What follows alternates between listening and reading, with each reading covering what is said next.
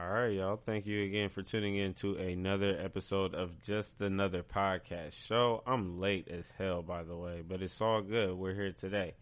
I am, of course, your favorite podcast host, Braden King. And I do have a special guest with me today. This is episode 52. Yeah, this is 52. Wait, let me double check before I continue, because that's important.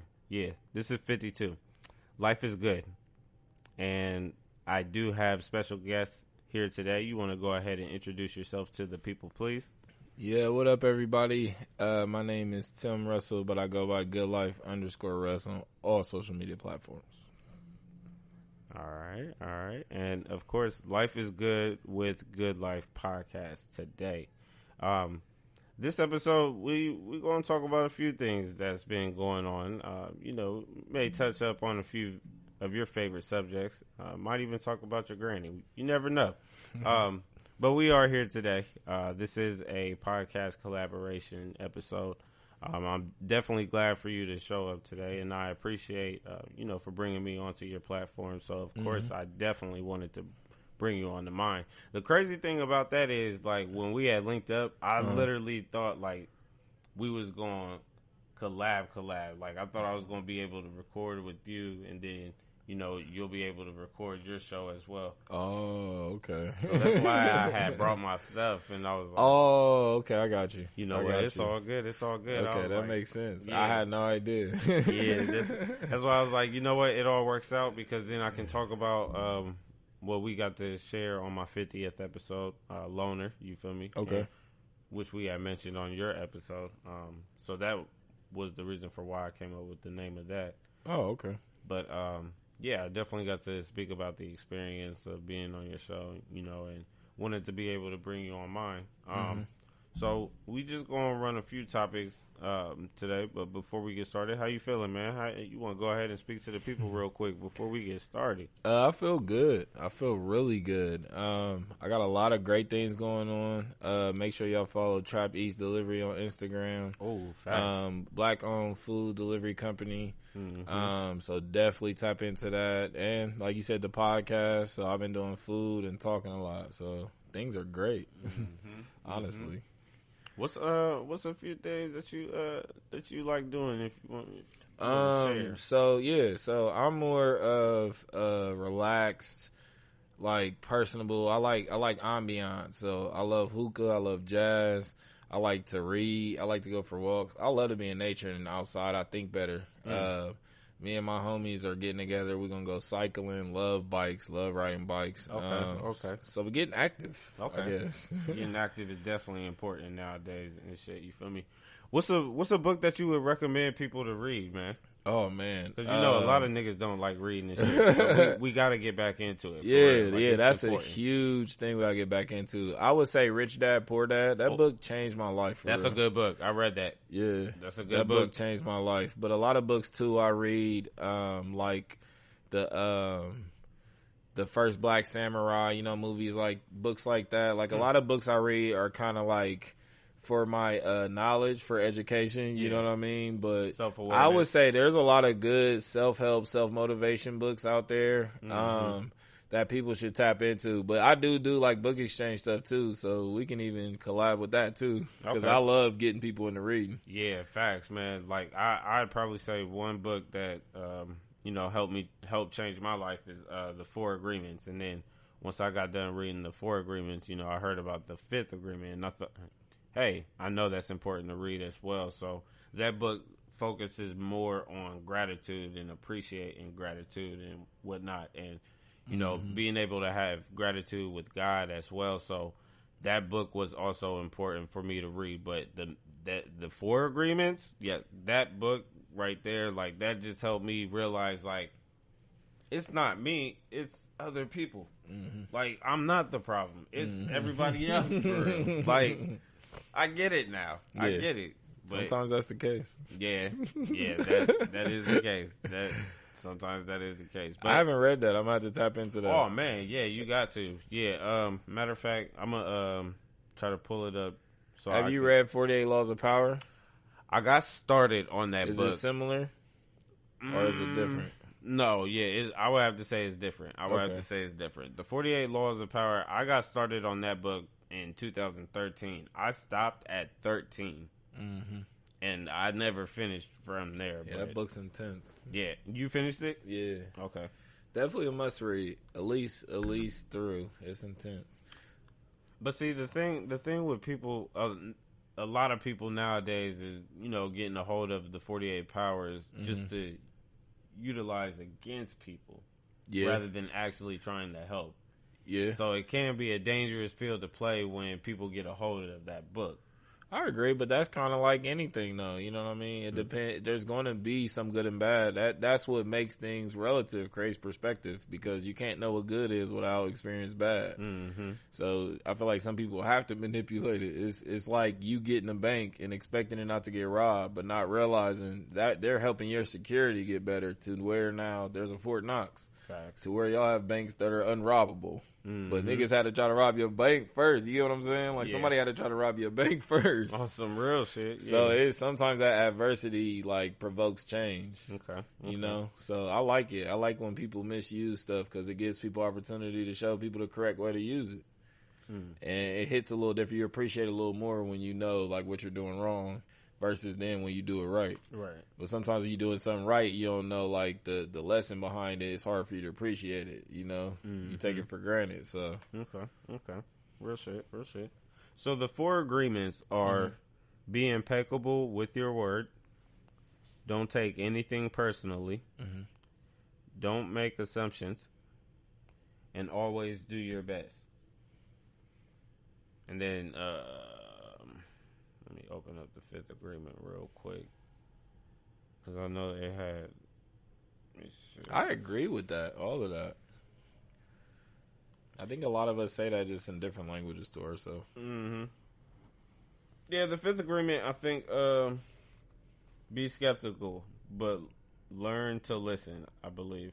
But again, it's also focusing more on gratitude and shit. That's the main key of the 5th agreement. But okay. Yeah, in the 4 agreements, my favorite one was don't take anything personally. Yeah. That right there is when I realized, like, I need to stop reacting off what people say to me because I know that it's not true, but I don't need to fight myself or fight them to convince that what I'm saying is a fact. You feel me?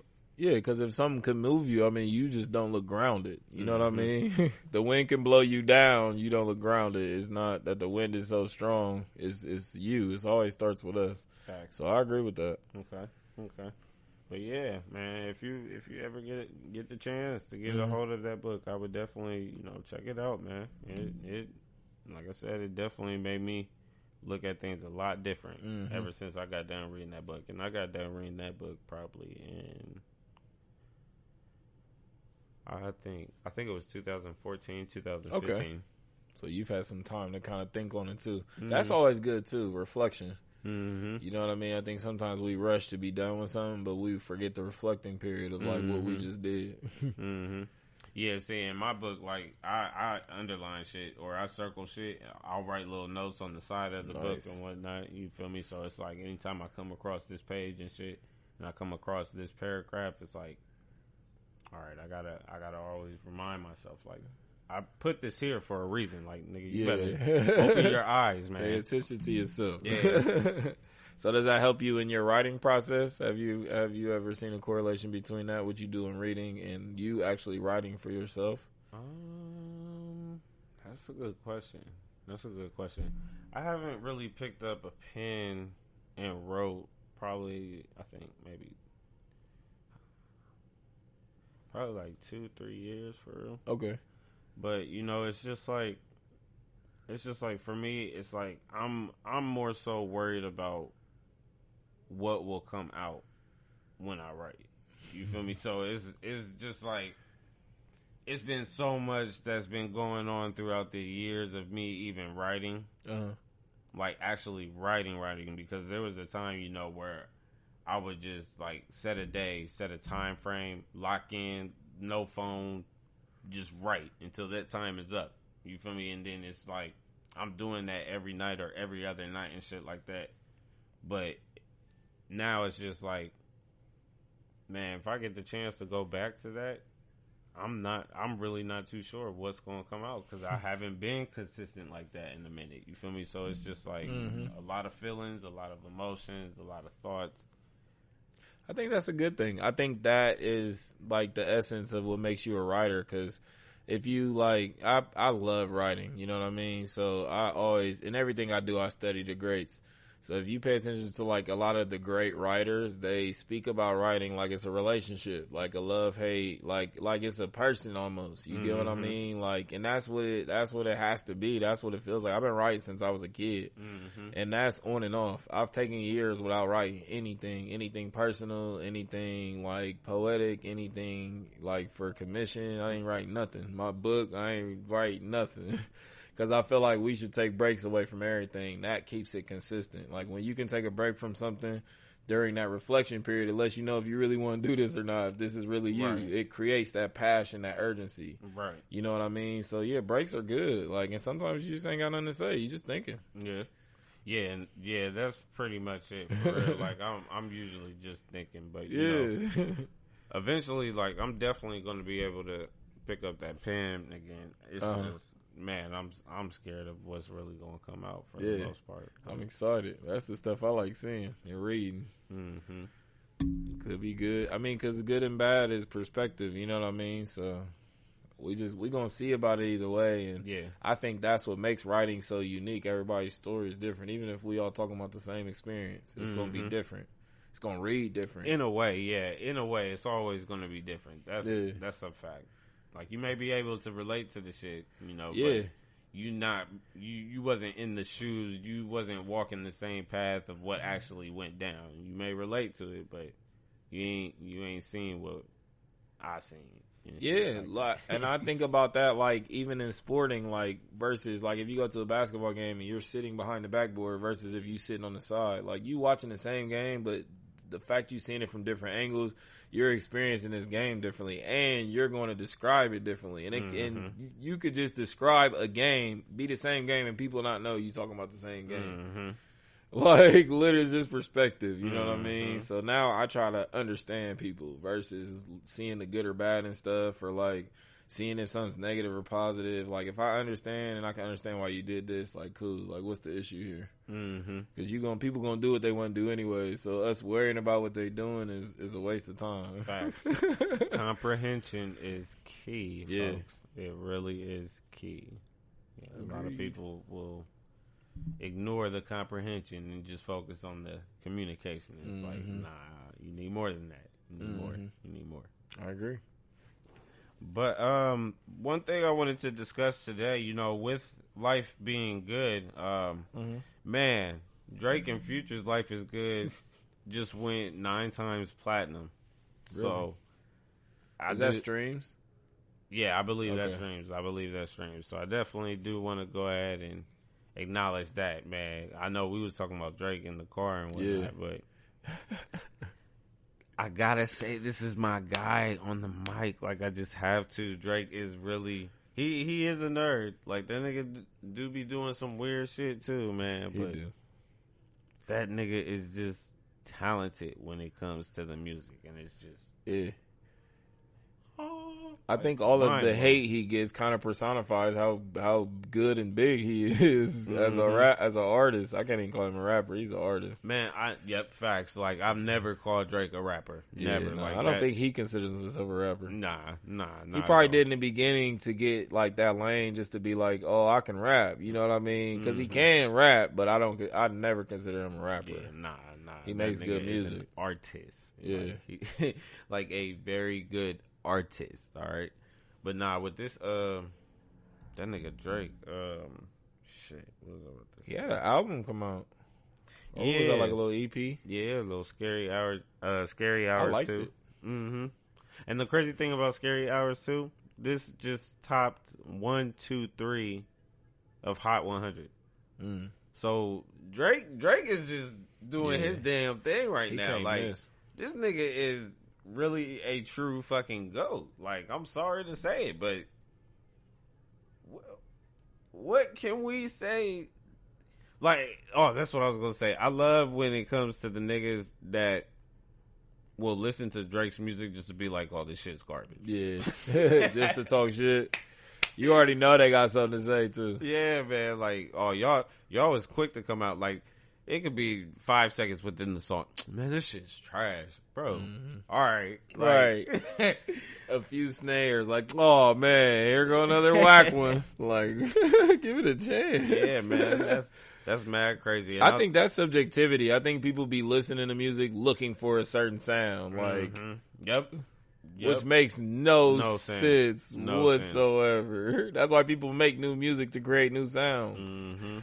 I'm like, so how are you looking for the old them, or are they not supposed to get better? Right. And if you are looking for the old them, you know where their old music exactly is. On the internet. It's 2021. Right. Just hit that up. Like, it's not a problem, yo. Yeah, my favorite artist in that regard is Ross. Like, I've bought Port of Miami 1 to everything he's put out since, and it made me like his music that much more because I can literally see his growth. Mm-hmm. Mm-hmm. I fuck with Ross. A lot of people be trying to play Ross, man. Be trying to, nah, man. Y'all gotta give Ross his motherfucking flowers. He man, can for real. rap. That nigga goes. I fuck with Ross. I'm sorry if you don't like Ross. Yeah, oh well, tripping. Right. He can rap. You don't like good music. He can rap. You don't like good music, man. You don't. And life is good over this way because nigga, what? All right, so look, check it. All right, so and it's crazy with the Scary Hour 2 being top 3 of Hot 100. You know what's next? Number 1, Wants and Needs, Future and Lil Baby. Number 2, Lemon Pepper Freestyle. Number 3 with Rick Ross. I gotta ask, what duo would you prefer, Drake and Future, or Drake and Ross? Drake and Future. Really? Yeah. All right. I like Drake and Ross. I love both the style of music, but I would say just for my bias, my preference, I listen to more Future currently than Ross. Okay. So Drake and Future, I'm waiting for what a time it would be alive too. Yeah. I'm waiting for that. Needed. Has Drake and Ross put out like a project like that? Bro, I actually made a playlist. Yeah, because they got a lot of singles. I want to hear them on the whole project. I want to hear it too because I want to see how that would sound because that's not easy to do. I did catch something that they did say that they were in the works of, putting a project together. So hopefully, if that is a true thing, that does come together. That'd be fire. Nigga, what? The streets need that. Yeah, bro. So like on my playlist, right? I got Drake and Ross, Lemon Pepper Freestyle, Free Spirit, Lord Knows, Money in the Grave, Gold Roses, my favorite song right now. Aston Martin Music, Dice Pineapple, Stay Scheming, I'm on One, No New Friends, and then just came across another one earlier, Made Man. Couldn't forget that one. Yeah, Could not forget that one. Goes crazy. Yeah, Gold Roast has been on repeat. Lord Knows is probably Drake his hardest verse to me. Like that he went the snap, hardest. Yo. Somebody pissed him off that day. And he ain't shake a hand. He ain't kiss a baby in the studio. He said, "Just turn it on, turn the shit on. Let's go. What? Let me in the booth." Oh my god, they talking crazy, yo. I think I'm gonna listen to that after. He this went off. He went off. Oh, you could hear it in his soul. He wasn't gonna stop either. He just kept going. Facts, yo. He went off. Man, when that project dropped, man, it was so much shit going on. I'm just like, that's like one of the best albums to me, but I can't give it the best album because it's like the time frame that it dropped and how meaningful it meant when I listened to it. I can't even. It takes time for me to even go back and listen to that album. You feel me? Yeah, it's definitely his best. That album is classic, instant classic. You can play that all the way through, and it even gave us a bonus song. Like, that's Take Care was so cold, like that, man. And then too, Drake and Future went on tour. Like Drake and Ross will have to do a lot. Oh yeah, that tour was crazy. OVO Fest, all that is insane. You know what? I'm mad because I was going. I'm still going with Drake and Ross. I put my vote in on Drake and Ross. I feel like you couldn't go wrong either way. Yeah, you can. You know what I mean? All the songs we heard Drake and Ross on, I feel like all the songs would sound like that. Mm-hmm. Drake and Future are a little more versatile. Yeah, it is because that Life Is Good is hella different. Like it is, bro. What? And they work really well together because they've done a lot of work together. Mm-hmm. And I feel like Drake and Ross work together when it makes sense. But Drake and Future, I feel like they friends. Like they just want to work together. Facts. Like probably Drake and Ross are more business partners. Yeah, I got you. They look like they be having fun in their videos in the Future. I definitely got. So on let me see. Oh yeah, we good. So on What a Time to Be Alive, what would you say your favorite song on that album is? Let me look at the album. Yeah, I'll pull that up now. Cause I don't know. That was such a fire album. I fuck with that shit. Such a fire album. Change Locations is one of them. And I would probably say Live from the Gutter. Live from the Gutter is probably my favorite. Oh, yeah, that song did go. Okay. I'm going to go with Diamonds Dancing. Or, I think it was, Change Locations was fire. Fire. I think I'm going to go with Scholarships. Okay. That song was hard. Mm-hmm. This whole project, man. Yeah. Damn, that was 2015? I didn't even know that. Yeah, we need that number too, man. We getting old. We need that. It's 2021. We need that like ASAP. We need a lot of shit from Drake, for real. He gave us 2 albums that year too. If you're reading this, it's too late.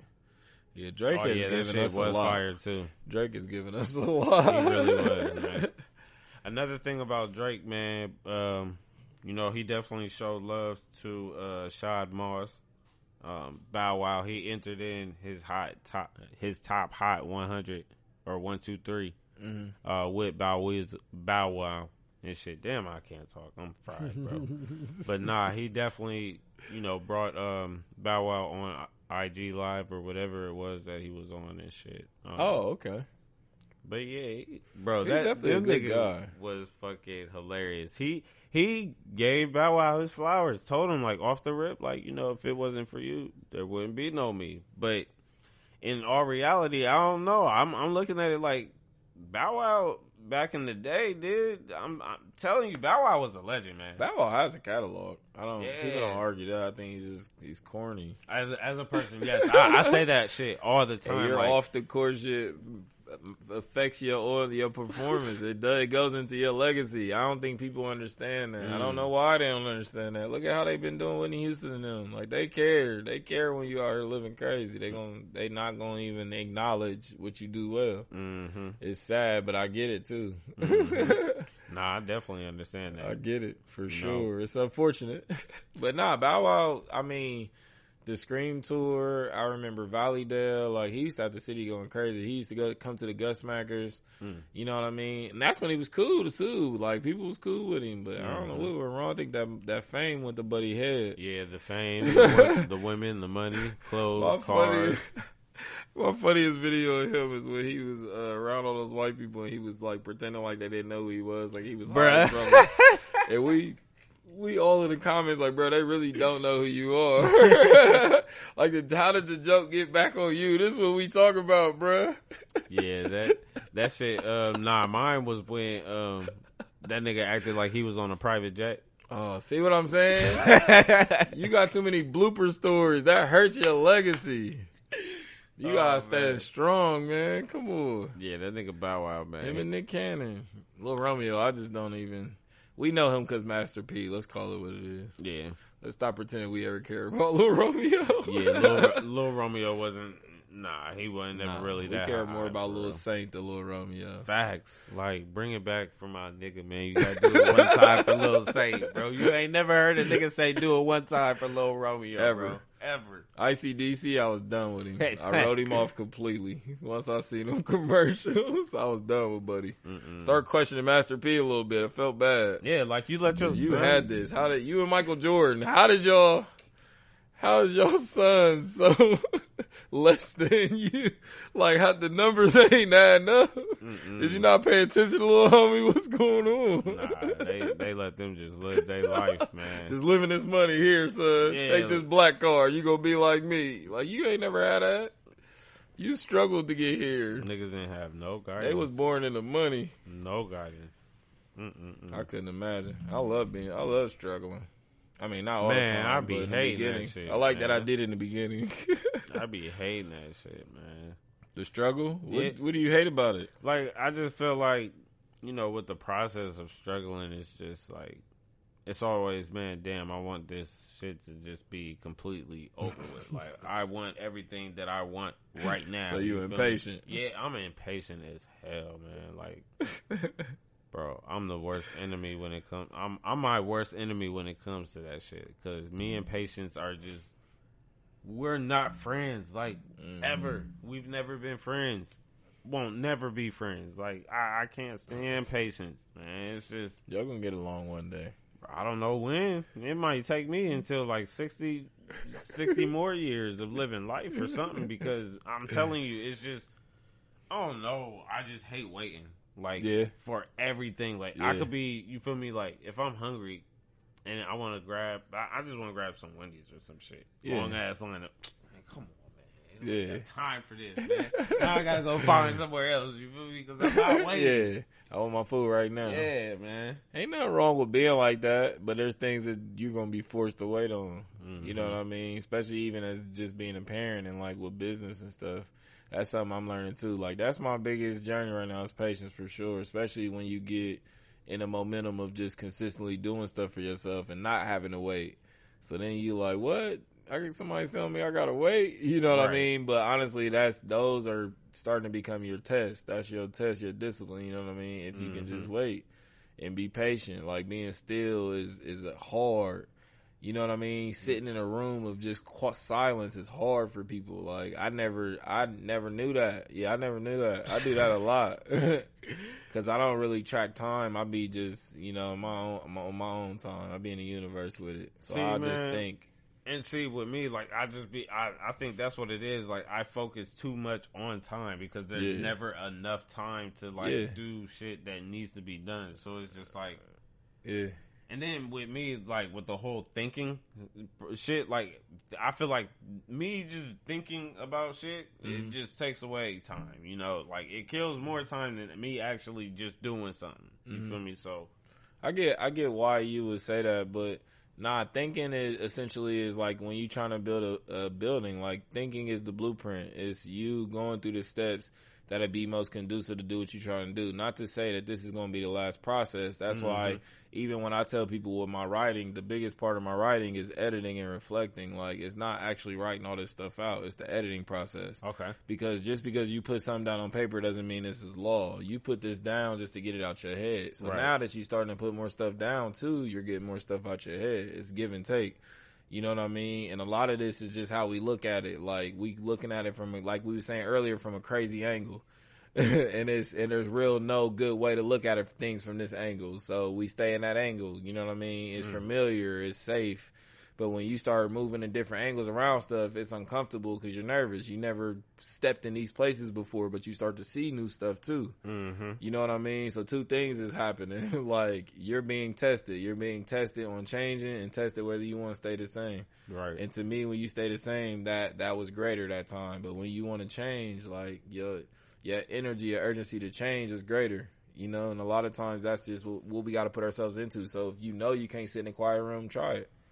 If you know meditation is uncomfortable, or you know you don't really know enough about it, look into it, research it, try it, see about it. That's how I am with life. Like, before I'm going to talk shit about something, I'm going to see about it. Then I'm going to talk shit through experience. Okay. But I'm never just going to talk about something I'm not willing to actively do because I might like it. I don't know. You know what I mean? Yeah, how do you know if you never tried it? Exactly. You don't know. That's just a scapegoat. Yeah, I tried meditation before, man. How you feel about it? Like, so, I don't know. Like, at first I felt like I was doing it wrong, but then I felt like the more I just sat there and I was just quiet, you know, and just keeping my eyes closed. The only thing I was focusing on was just a box, like just going in a box and there's just multiple boxes. Like that's all I remember and shit. You feel me? So it's just like I didn't think about nothing else at the time. Yeah. But just focusing on this hole that I'm going into, and I don't even know where I'm going. I just know it's repeating. It's like a paradox. Yeah, you feel me? So it was cool. It was cool. Like I actually enjoyed it. I think I did. I think I did it like two times that week. Okay. And then I got lost track of time. You know, and then it never got back to it into your routine. Yeah, we so meditation. When I tell people, because I meditate a lot, I study meditation. You know what I mean? So I'm an active meditator. Like I even meditate to help myself go to sleep at night. That's a whole nother level of shit. But and I study dreams too, dream work too. So like I'm into like deja vu, all of that. You feel me? So what I would say when it comes to meditation, you got to figure out why you meditating and understand what meditation does. So meditation, for me, how I would describe it is how we was talking about being high, essentially. Like it helps you focus on what you're trying to focus on. So meditation is basically your noise canceling headphones, right? To where you can truly focus on what you want to focus on. But the bigger picture, when you practice how you get better at meditation, is you're watching yourself. That's what they call like an outer body experience. And I have those now when I'm having conversations, so I can talk to someone and watch how that conversation is going, and later edit, like, you know what I mean, or I should have said this or not said this, vice versa. So meditation essentially is the same thing. So if you got a big decision to make, you meditate on it. How somebody would say, pray on it. Like meditate about it. Like clear your mind, so you can actually really think what's the best plan for this. But if you got 5 things you planning for, each one of them things individually might not be planned well. If you plan each one at a time, then yeah, you're going to give it, because some might not only need 30 minutes. Some might need 30 seconds. Some might need 5, but you don't know if you're doing them all at the same time. Right.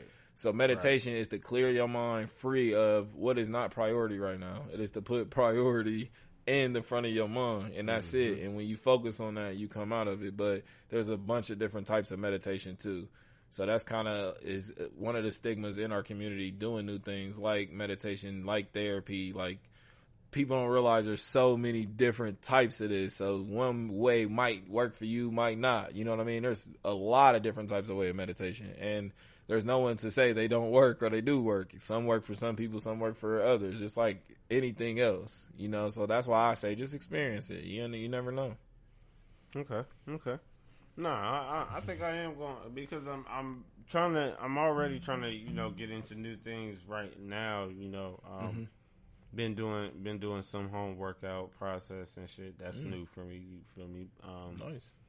I do want to get back into reading because, one, I love reading books. So I actually thought about hitting up Barnes and Noble soon. So nice. I don't know how soon, but I do plan on making that jump. Yeah, you feel me? 'Cause, like, I love Barnes and Nobles. Like I love going to Barnes and Nobles and grabbing like self-education and self-awareness books and shit. Like I got a few of them. You feel me? So it's like I know exactly what section to go to, what type of book I'm looking for, and you feel me? Like whichever I feel is gonna work for me in the time that I need it, like I'm gonna go ahead and grab it and, you feel me, try to learn from it, man, so I can grow from it.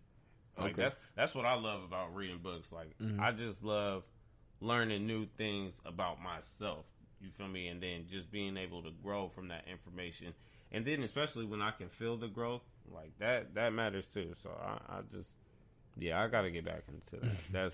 That's that self-love. And I think sometimes, like we were saying earlier too, we take a break from things, like, because it's necessary to take a break. It's necessary to kind of reflect and look and see how you grew through this. What'd you learn from this? What I'm going to do different when I enter back into it? And I tell people, like, don't look at situations as you're starting over from scratch, but look at it as you're starting over from experience.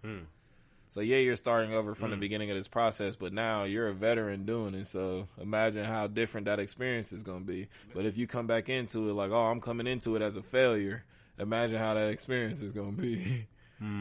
You see what I'm saying? Didn't look at life like that. But that'll change your life. Your perspective will change your life. How you look at life, your outlook will change your whole life, and you won't realize it until it's happened, and then you ain't never gonna go back to how you was living. It won't make sense to. Okay. That's real good shit. I hope y'all listening, because I'm listening. This is good shit. That's real good shit. No, that's real good shit. Yeah, man, this is life. We live life daily, so for us to not reflect on it daily is a disservice to ourselves because we could be learning about ourselves every day. And a lot of us, that's how I know we don't know ourselves because we don't spend no time doing it. Mm-hmm. You know what I mean? So let me ask you, just to do a recap from the episode that we recorded at your spot, the Triton Lab. Mm-hmm. What was it that Mr. Uncle Mike said? He said, fuck growing or fuck healing. I'm sorry, fuck healing. That's what he said. Yeah. This man said fuck healing. All right. He said, YOLO, you only have one life to live. What's the point of healing? You know, just live your life. So I must ask you, you agree with fuck healing or do you agree with wanting to heal? I think we are always healing. Simultaneously, I think we're never done healing. You know what I mean? And like working on ourselves, I think we'll never be complete. Mm-hmm. So yeah, I agree to his sentiments during certain times of my life. It's definitely fuck healing. Like, and that's how we had got on that concept. Like, do you think you sleep with a lot of women like to heal? And I'm just like, I don't think I'm not trying to heal. You know what I mean? I know I'm aware that what I'm doing is toxic, but I'm also not like claiming that I'm healing or like pretending this is something good. It just is what it is. And I think that's kind of that notion. And some people get into that space, which there's nothing wrong with that. You know what I mean? Especially if you can maintain your life and do what you need to do. You're not harming nobody. What's wrong in thinking like that? Because you're not always going to think like that. Right. And a lot of times that's just a trigger. And I love my triggers. Like, they show me where I need to heal. So those be the triggers we just need to listen to ourselves. You know what I mean? And then when you're ready, you'll heal those things. But sometimes people talk to themselves about shit 2 years before they change it.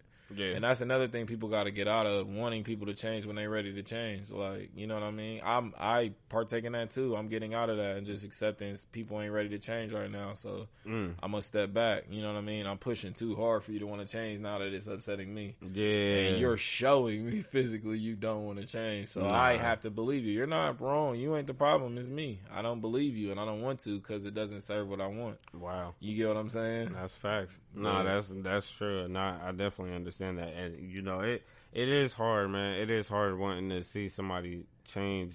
Mm-hmm. Not even the way that you want them to be, but just like for the right thing. You feel me? And what it's they like, say they want sometimes. Yeah, you feel me? And then it's like, man, damn, it's like you can't see the issue and you're not seeing the problem, but you can always see the problem with me and whatnot, but never for yourself. So it's always tough, man, when those situations come about, man. It's just yeah, I'm learning that too, man. Just learning to accept it. You know, you just gotta accept this is who it is. They gotta be able to grow and learn from it on their own time. You know, they may not be side by side with you, or they may not be able to see it how you see it and whatnot. You know, sometimes you gotta give them the time to see it how you did see it, so they can just be like, damn, yeah. I get it now. That's true. Sometimes stepping back is the progressive move. That's real, bro. It hurts, but it's the truth. And I think sometimes, too, we do so much for people and we're so close to them, they can't appreciate it until we kind of step back and give them time to reflect on all the stuff we actively do for you in your life. Facts. So we kind of hurting them and enabling them by us not stepping back. You know? Depends on how you look at stuff. Like, you just got to be able to pay attention to what you do and how you treat people, man. That's important, man. Just always do that, all right? One thing I want to acknowledge in regards to taking care of people, so I guess it's been going around social media. Y'all called President Biden MoneyBagg Joe. I guess that's what it is. So, you know... Of course, with the last episode, we talked about Biden approving the stimulus checks being sent out, $1,400 a person in the household. So I said half of $1,400 for a kid last time. I didn't know it was the full $1,400. That shit tricked me. I was like, wow. All right. But yeah, so I guess Biden is, you know, sending out the package money. He's just throwing it out there like, you get $1,400. You get $1,400. Everybody gets $1,400. So, you know, I hope everybody's doing whatever you want to do with your money, you know, because a lot of people nowadays like to focus more so on how you guys spend your money that's given to you or how you make it. And I never understood that. And try to guilt people into spending their money. Yeah, like, man, where the fuck did you come from? Like, who do you think you are? Wow. I've seen it all, man. Man, I be seeing some most wild shit. Like, I seen a repost on Facebook. Somebody was like, oh shit, that's on there. All right, well, bet. Nah, they somebody had said something in regards of make sure y'all spend $1,400 on your child. You know, sometimes your kid wants to go on that trip too for the weekend or whatever. This, that, and the third. And it's like, nigga, do you not know what people do for their kids all throughout the year? Like, life, bro. You feel me? Like, and that be projection because they ain't did shit, so now they projecting that on other people trying to deal with it. Not deal with that at your house. Don't deal with that on the internet. Yeah, man. That ain't our problem. Like, who you talking to? You ain't talking to us. I don't have no problem. Like, that $1,400 is going to get spent how it gets spent. Don't you worry about how it gets spent if it's not your $1,400. You feel me? Like, exactly. MoneyBagg Joe gave you a bag. Like, why you worried about somebody else's bag? So catchy, man. Yeah, I like that. I like that when I seen it. I seen the pictures and all. I was like, oh, the internet moves really, really quick nowadays. Like, this shit's like, it's zooming. I'm talking about Sonic watching fast, the news, man. creating, ready to drop a meme. This shit, and it's so crazy. Like, with earlier technology, you know, like, shit was not like this back in the day. Oh, nah. We that golden era. We grew up without tech, and we actively live in it. Mm-hmm. But I prefer no tech, honestly.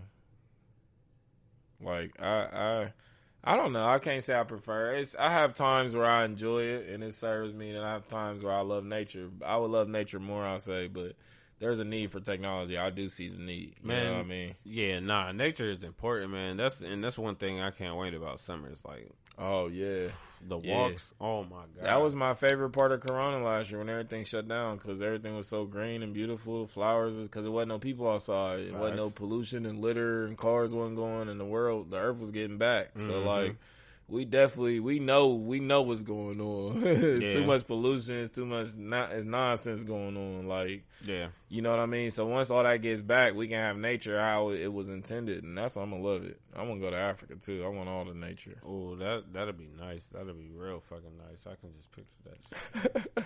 Bro, I'm gonna cry when I get there. I'm gonna shed a tear. Land. As soon as I touch the ground, I'm gonna cry. You got to. Like, that's you got such a powerful man. That's a hell of a move. Yeah.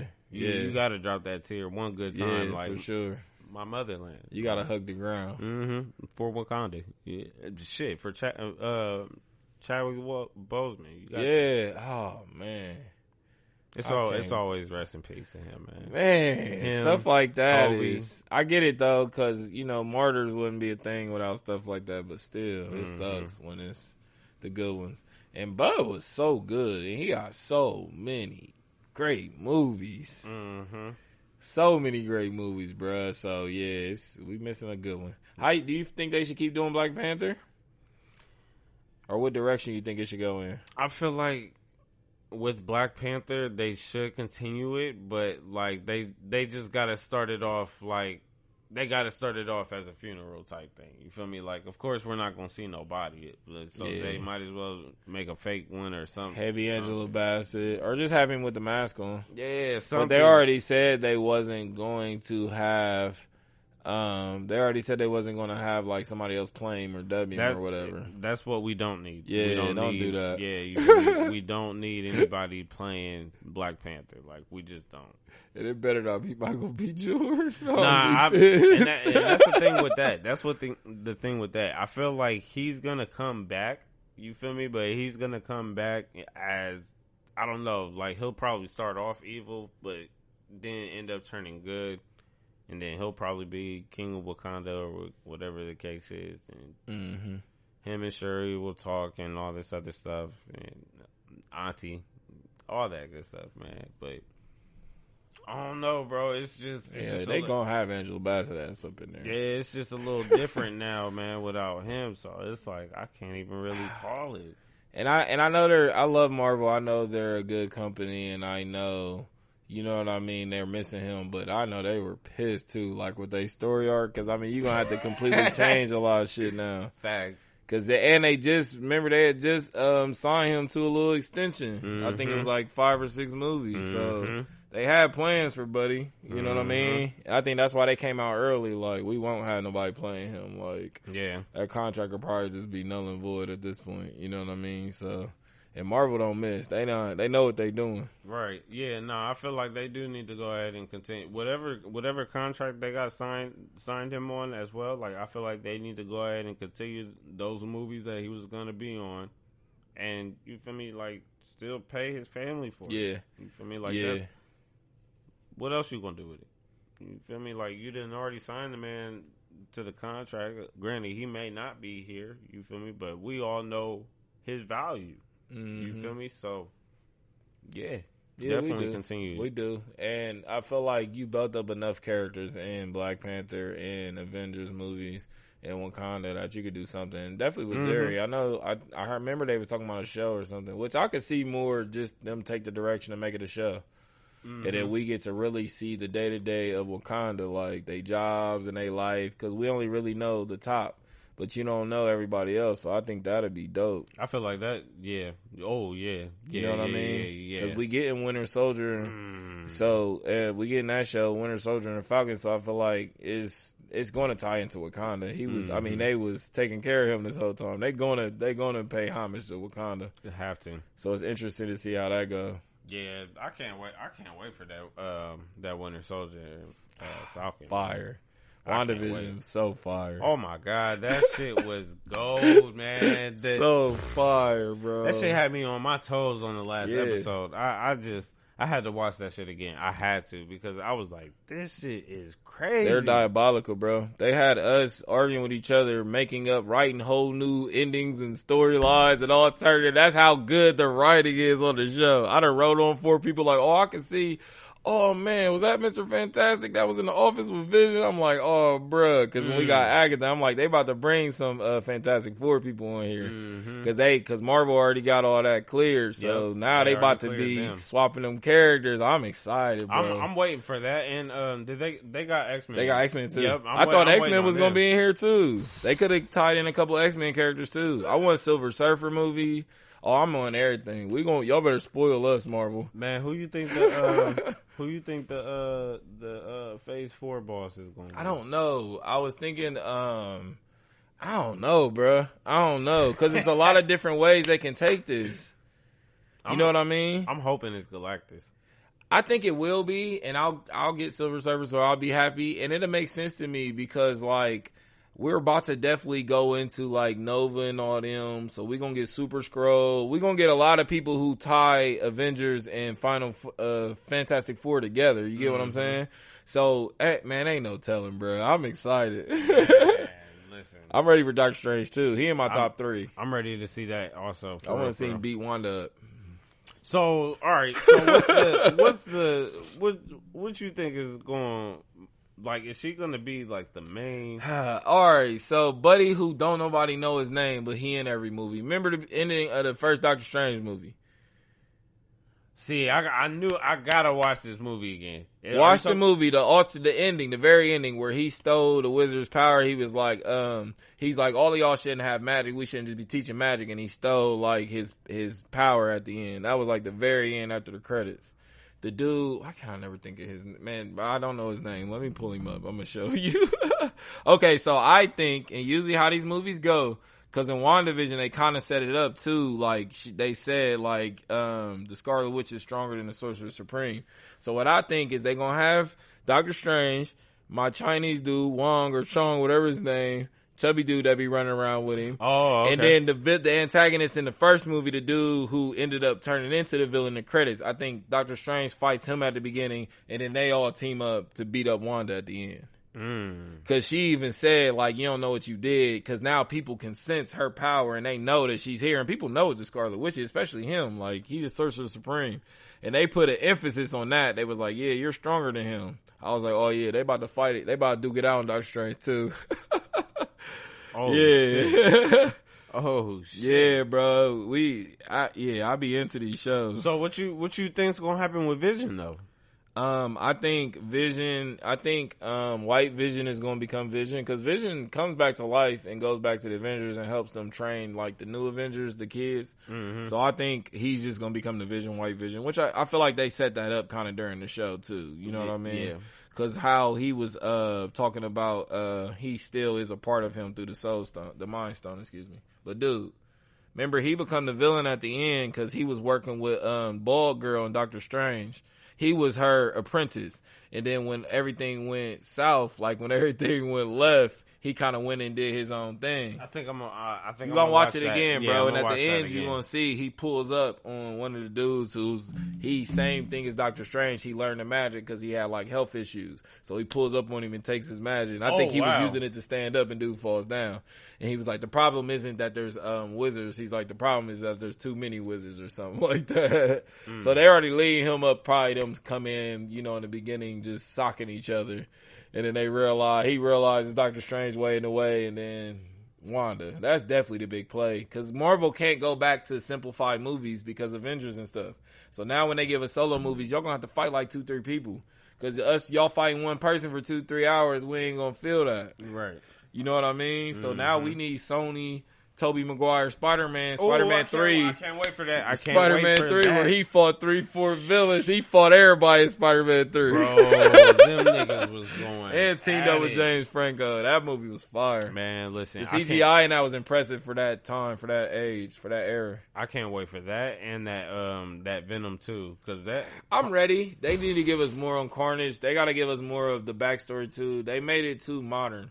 It felt like Venom if he was walking around now in New York. They need to make it more like the comic book and give us more about the outer space, more about, you know what I mean, what's actually going on. Because, yeah, y'all assuming because all these Spider-Man movies, but people still don't know. If you're not a nerd, read comics, you don't understand all of this. You just know Venom bad, he black, Spider-Man red, he good.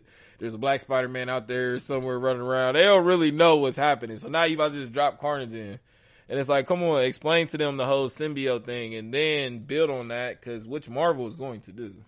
That's why I'm glad they got all the rights back, because Sony was shit in the bed. I think it was just oh shit. I think it was just a certain time and a certain place that Marvel was going to get a hold of, you know, all the shit that Sony got. Yeah. Because it's just like, it makes no sense for Sony to have it and Marvel has everything else. It just makes no sense. You feel me? And Sony's just holding on to that bitch for dear life. And it's like, bro, let go. Petty. Yeah. Y'all should have did this before Stan Lee passed. That's why I was most pissed. Oh God, bro, that Spider-Man, would have been he created Spider-Man, so it's like, come on. And Fantastic Four was one of his favorites. So that would have been now this all happened and he ain't even, you know what I mean? Like, that's corny. That would have been it. That would have been it. And y'all knew y'all was making bad movies. Like, I give you Apocalypse was not good. No, I give y'all X-Men First Class. Garbage. I give y'all First Class. That was a good movie. Y'all had a solid X-Men movie. One of the Wolverines, the collections was okay. I mean, but y'all pretty much, y'all's movies were bad. See, and the thing about the X-Men movies, man, I can't even remember. Like, I know I've watched... Was that Fox? I think that was Fox. I've watched X-Men movies. Like, I watched them, but I don't remember which one is which. That's how many X-Men movies I watched. First Class was the one when they was fighting Magneto on top of the Statue of Liberty, and he bent back Wolverine's claws. They was all basically fighting Magneto. And it was like the young, all of them, Hugh Jackman and all them. So the newer ones, X-Men movies, the New Mutants movie was pretty good. I seen that one. That's that like one the was that one was actually pretty that's good. That's the end. If you seen Logan and paid attention, those two are like connect to each other. They about to cross each other. The New Mutants at the end when they broke out, and then remember at the end of Logan when Wolverine dies and Sus and all them are headed out. That's literally at the same time. So they're creating the new, you know what I mean? The new X-Men. Yep. Yeah, that X. Yeah, I took my daughter. That's the movie. I knew that. I was trying to figure out a movie that I went and took her to. That and I couldn't think of it, but it was the X-Men movie. That fire. Yeah. Logan was a good movie. I wish Sabretooth would have been in it. But Logan was good. Even Hugh Jackman, like, everybody was upset that Marvel wasn't making these movies. And I think he would still be Wolverine if it was under Marvel. He didn't say he would do a movie, but he said he would consider cameos in the future. Like, but he was already ready to get out. Yeah. And then he did The World's Greatest Showman, which is one of my favorite movies, you know what I mean? And he kind of showed the world he really likes doing show tunes, and he sang and wrote those songs on that show. It was about Barnum and Bailey. So, like, I respect that, too. It's heartbreaking when you have your favorite actor play a role, but you got to remember they people want to do other shit. Like, they don't feel about this role how you feel about this role. Facts. Like, nah, bro, you doing the wrong shit. Though. Like, it'll take a lot for us to accept the new Wolverine. Yeah, like, it's going to be real hard. That's why I'm glad they pitched her, like, because, who was y'all going to replace him with? He better have a twin. Facts. better be able to act the same fucking way. He better be more aggressive than him. Right. On that bullshit. A little taller, too, just, you know. But, like, I don't.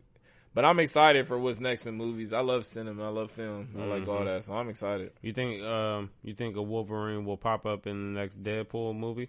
I don't think so. I think that is kind of I think they're gonna keep playing on that mystique, and then Deadpool's gonna cross over with the Avengers. I do think they're finally going to obviously throw him in an X-Men movie. Marvel knew they was getting the X-Men. That's why they kept doing all those X-Men puns, even kind of cameoed them in the Deadpool movie. Yeah, they did. They sure did. How come we only get the C-list people and then they was all in the room talking to each other? They shut the door. I said, I think at that time Marvel had got the rights to X-Men. And they just keep playing with us through Deadpool, and then they just going to connect everybody, which is going to be fire. Which they already tried it with us with Endgame. They threw a whole bunch of people. People forget they got thousands of characters. And some of us know most of them. They really do. They really do.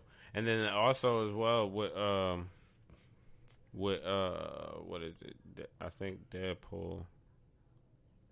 With Deadpool, they got the movie coming out as a rated R movie. I guess that also caused a lot of problems for people because they was like, so what about Blade? Blade's not going to be rated R? No. You know? And I can't believe it. It's stupid. I figure. And I feel like, I just feel like it's about money. It's that there's still politics and there's still a big company. It was no different than Civil War being centered around Captain America, which is not like that in the comics at all. But Cap was the more popular character at the time, especially toy sales. So his movies got pushed harder and were bigger movies. But Iron Man was like, his first movie was crazy, was huge. Yeah, I feel like Iron Man's his first were movie way better than Captain. They were, but Marvel pushed him harder. You know what I mean? He's the leader. He's the head. Him and Winter Soldier beating up Iron Man at the end of Civil War. I said, that pissed me off. I ain't gonna lie. Man, that pissed me off. That was garbage, That man. pissed me off. Knowing Iron Man kills him in the comics, like, none of this. But I get it, too, and I get why Marvel established this is the cinematic universe. Like, where some things are similar, but most is different. It's however we need it to be at the time. Depending on the sales. Man, fuck that. I already knew Iron Man was gonna beat fucking Captain America. Oh, he's gonna break his knees, bro. Yeah, man. And you got you and Winter Soldier, who killed his parents, who's justifiably he right. should Like, be kicking how his can ass. you even be on his And side you mad. right now? Oh, bro, that when I found that part out right there, I was like, that's how it happened too. And he knows, and he knew. Yeah, like, that's so fucked up. And he said no, but you gotta understand. He like, what? And you knew. Nigga, my parents died because of your friend. You sitting here talking about... He beat them to death. Like, he punched their heads in. Wow. It was not... It was gruesome. Because they had to send the message. That was the point of it, too. Like, yeah, I would have stayed away from Captain America, too. I would have been done with him. Bro, Tony had all rights to snap on his ass on Endgame. All fucking rights. So when them was like, no, Tony, calm down. Calm down. Like, bro, you tripping. Like, this nigga went through fucking hell because of Captain America. He told you this was going to happen, and he handed you his heart and everything. And as much as quick as they try to blame me for Ultron, he wasn't even trying to make Ultron. He was making Vision. You know what I mean? But he needed to make Ultron to create Vision. Again, that's what we was talking about earlier, like the duality. Like, sometimes somebody got to fuck something up for you to realize what the right way is. But if you do the right way up front, you get Superman. They're not going to appreciate it. And then you get Injustice. because he get tired of not being appreciated. And he realized I'm bigger than all this. So I really could just snap on all y'all for real. I've been playing it cool. Right. And sometimes there's a lesson in that, being too humble, and then they holding you around, but you Superman. And you should be Homelander. It's another conversation, though. Hey, Homelander is a funny. That show is wild, bro. That's it. That's one of the greatest shows I ever crazy, seen, bro. I swear to God, I love that shit. And man. they just shit on DC because they just literally gave you everything you could have been doing this whole time with your characters, Facts. and they made it better. Facts, because DC is fucking trash when it comes to their fucking movies. And they just used all y'all's characters and made them better. Oh my God, bro. The Homelander Boys is great, bro. Oh my God, bro. Shout out my man Butcher, man. That show is so good. Hey, my man Mother's what's his Milk. Real name? What's his real name? In real life? Yeah. I have no idea. Oh man. He is so unknown, bro. Like he is, but he's been in some stuff. He was in SWAT or something back in the day. No, not SWAT or Doom or something, bro. One of them old movies like that. One of them old shoot 'em up movies. You heard this show called I said that's Butcher. You heard this show called Banshee? Yeah, I have. Yeah, he was in there. Oh, really? Bro, yes, bro. He was in there, bro. So he just got some sneaky hitters. It'd be some actors like that, too, because they don't really be out. They don't really mingle and mix with the actors. They just show up for work and do a good job and go home. So they don't really, you know about them if you know about them type vibe. You know what I mean? But, yeah, that show was... That, man, I love that show. I love that show, yo. I'm not even going to hold That show was fire. way I can't wait till the next season. Facts, yo. I'm waiting on the edge of my seat, man. And it was, oh man, I knew it was good when he ran through his girlfriend. Yep. That's when I knew this show was gonna be good. And then he just act like he ran through a bug or something, and then just went back to running. Oh. And he was still holding her forearms, and I was like, oh yeah. Oh yeah. When I first seen that shit, I was like, bro, he on drugs. I said, yeah, he on that stuff. Yeah, y'all gotta watch The Boys. Y'all have to. It's on what network is that on? I have no idea. I don't even remember. Amazon Prime. Okay, yeah, you're right. Amazon Prime. Ooh, do you watch Amazon Prime? Nah, okay. I don't. Hunters X or something? Or Hunters? Is it, Hunter X Hunter? No, not the anime show. There's a show. They're Nazi hunters. It's hold on, I think I seen Al Pacino is like leading them. They're like Nazi vigilante hunters. It's on Amazon Prime. It's fire.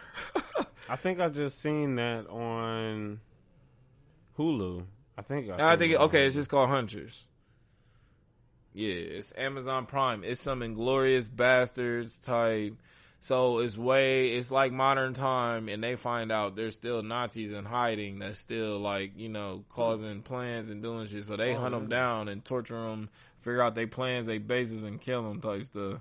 Okay. And they all like bounty hunters, but yeah, they coming to kill. They ain't coming to turn you in. Okay, yeah. It's fire. It's on Amazon Prime. Okay, check it out. I think they in season 3 right now, maybe, or 2. Season 1 or 2. Yeah, I'm gonna check that It's out. considered a dark comedy. Is like the genre. Yeah, I seen that. I was like, dark comedy. That might be interesting for me because I like comedy first and foremost.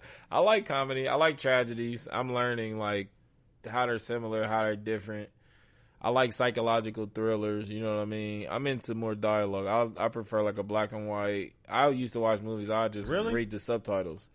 I'm into the dialogue more than like if it's a good plot, I'm gonna fuck with it, and I wanted there to be a twist, like something I didn't see coming. If your movie's predictable, I don't think your writing is strong. Yeah, nah, your shit can be predictable. Yeah. I hate predictable ass especially in the beginning. Man. Well, how could I know 2 hours of movie and I've only seen 30 minutes? That means like this is terrible. So have you seen Prisoners? The movie with Hugh Jackman? Watch it. It's called Prisoners. Hugh Jackman and Terrence Howard, but it's a psychological thriller. It's like 3 hours long. It's about kidnapping, but it's deep. 3 hours long? Yeah, it's like 3 hours long. It's really good. And Jake Gyllenhaal is like the detective that's helping them find their daughters. It's crazy. Listen, the last 3 it's hour crazy. The last 3 hour long movie I watched was Inception. Ooh, I love Inception. I do too. Super underrated movie. Man, because a lot of people be like, that's a 3 hour long movie. I'm not watching that shit. But they like Titanic. Titanic was boring. I've never watched that movie. That shit's boring. It's good. It's kind of like The Notebook to me. Like, it's good. It's a good read, but it's not as great as people make it seem it is. I would prefer like Paid in Full or Set It Off or some shit. Dead Presidents. Hey, Set It Off can always get Set It Off played is so over good, here. bro. That movie so fire. Shout out Queen Latifah, man. I can't wait till she get all her flowers she deserves. People don't really realize all she's done for us, man. Yeah, man, she's doing some shit right now with what's it? Equalizer, yeah.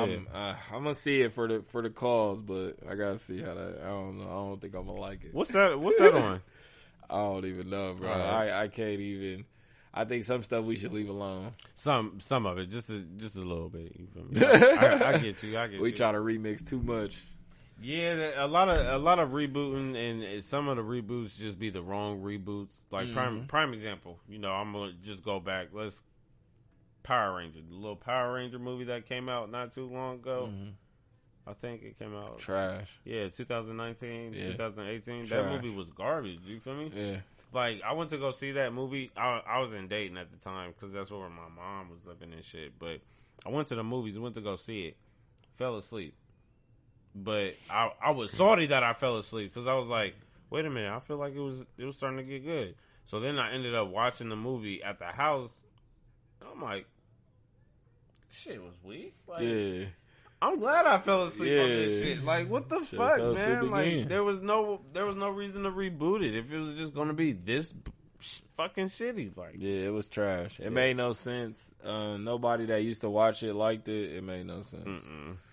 And they could have done so much with it. I'm interested, but we've seen a lot of bad movies in our lifetime. I'm interested for a do-over, yes, but it just got to be with the right people. You feel me? Like, the right people got to be able to get a hold of this shit. And it's going to be hard because they waited too long. Mm-hmm. You got a bunch of younger people acting these roles who didn't grow up on this like we did. It wasn't as big at the time as it was when we was kids. Like, Power Rangers was like Pokemon and shit. Like, that was like the trend. You were corny if you didn't watch Power Rangers. And you couldn't tell me at least one of them and didn't know the Black Ranger or the Green Ranger and the White one. Facts. You was corny to me. Like, I would already write you off in life. So that was the way of life at the time. It's not that important no more. And if you ain't going to find actors who care enough. If you didn't know that the Green Ranger and the White Ranger were the same person, then that's really a problem.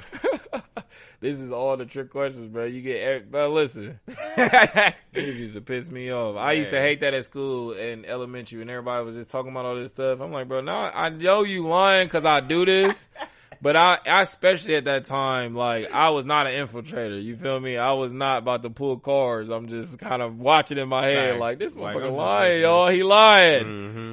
He's naming Pokemon, talk about Digimon. He's lying. Right. Right.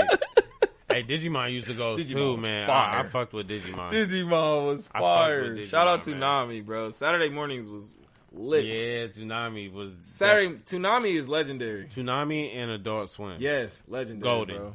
I need to see the team who did that because that's crazy. I want to be in them rooms when they was putting together the shows because Gundam's one of my favorite like anime. So, man, they had everything for you, bro. The late night and the morning. Mm-hmm. That's what I'm Disney, saying. was it Disney DX or Disney had something too that was fire when we was kids. Damn, I know what you're talking about, but I can't remember. It was Saturday mornings, and Nick had something too. That's when like Rocket Power and all that was on. Mm-hmm. Nick had something too. That's when I remember that we had Time Warner. It was 35, 36, 37. Disney, Cartoon Network, Nickelodeon. And I would just switch between the three because, like, they was all playing hitters at that time. All hitters. The original Teen Titans, not this new Teen Titans. Man, the original Teen Titans. You can't go wrong with that. Hitters. They was playing hitters, bro. We was just talking about that on the last episode, too, because we was like... They ended that series like just completely different. Like I feel like there should have been way more than what was left off with us. You feel me? I agree. I think some of those things get bigger than what they expected, and they stop putting that effort from when they were struggling. When you writing a show to get picked up versus when you syndicated, you know what I mean? It's a little different. And I think a lot of shows just fall off because they either get other projects or they just don't care about this no more. Yeah. Like, yeah, because I feel like Teen Titans Go was just look at how many episodes again. It's got movies. I feel like they just stopped caring about, and they start focusing on this younger new generation. They stopped caring about us. Let's call it what it is. Yeah. Because Teen Titan Go came right after they stopped doing that one. Looks like y'all just had them start working on this show. Yeah. Same ideas, y'all. Just change the animation. And it's a kid version. You feel me? It's like goofy. Y'all do musicals and songs. Who is this song? Who is this for? I was like, Teen Titans was never doing no shit like this, man. That's why I was like, I can't get into this shit for real. I just let my kids get into it. I'm like, this for y'all for real. Yeah, clearly. They said, forget us old heads. Yeah, man. But nah, Teen Titans was definitely a golden show. I missed that show, man. I miss them all. Sailor Moon. Sailor Moon was fire. Hitters back Sailor then. Moon was fire, yo. Samurai Jack. Yeah, Samurai Jack was my shit. Afro Samurai. Oh, yep.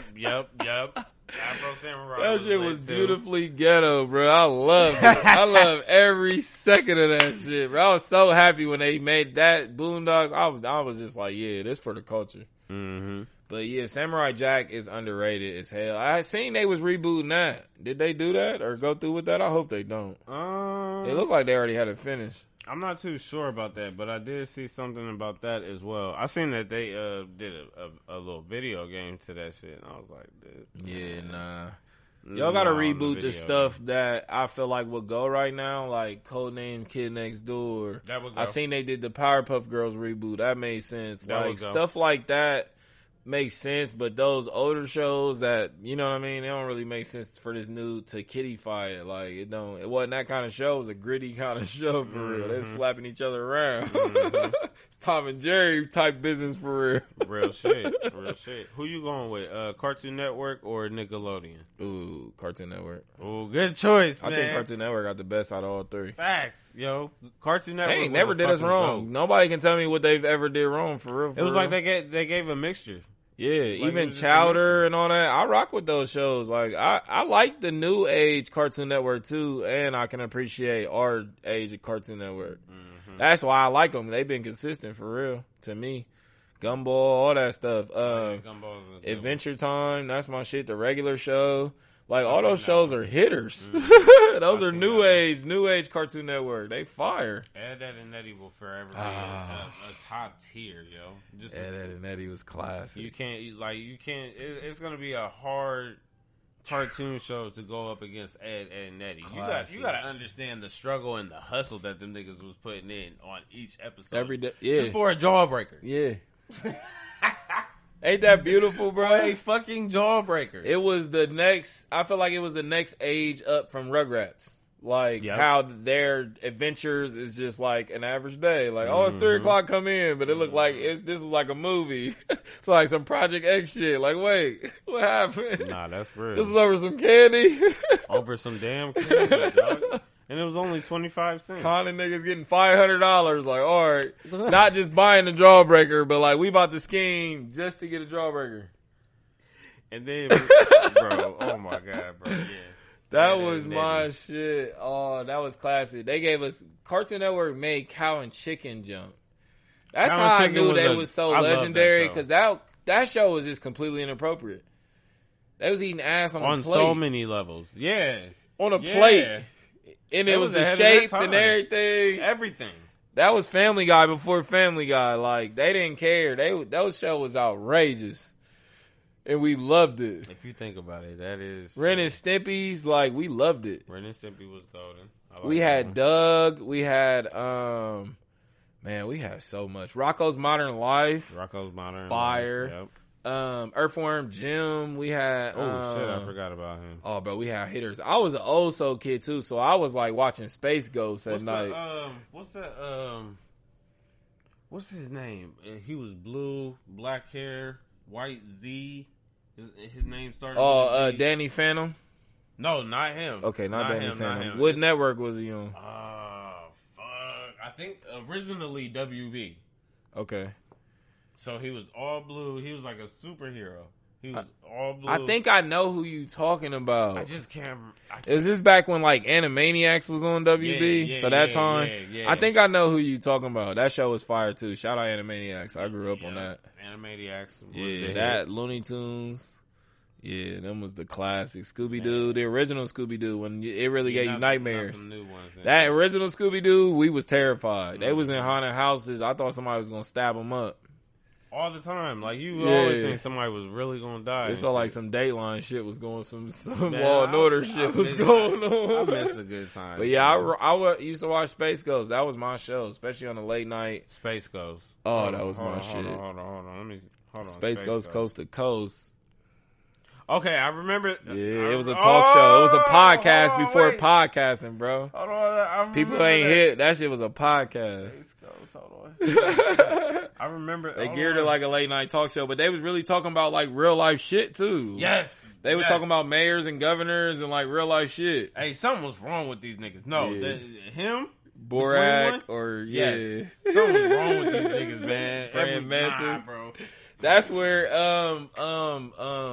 Aqua Hunger Force, all that type shit came from. People forget about Space Ghost, and that was out before we was kids. We was getting born into that. Yeah, it was.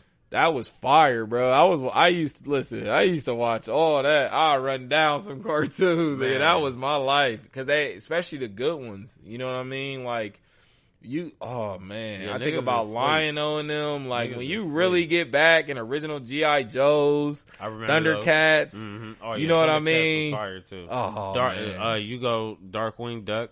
Yeah, you remember Street Sharks? I remember Street Sharks. It was a toy and a cartoon for a little bit. They might have had one season. Street Sharks was my shit. I had all the Street. The toys was hard too. They was beastie. I had the blue one. They was on skates.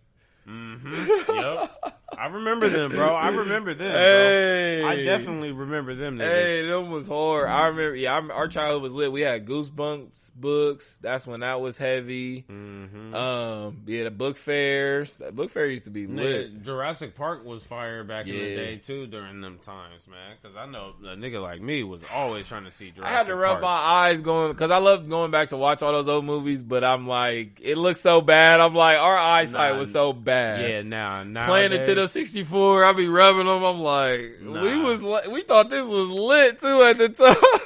This shit look trash. It looks terrible now. I can't, bro.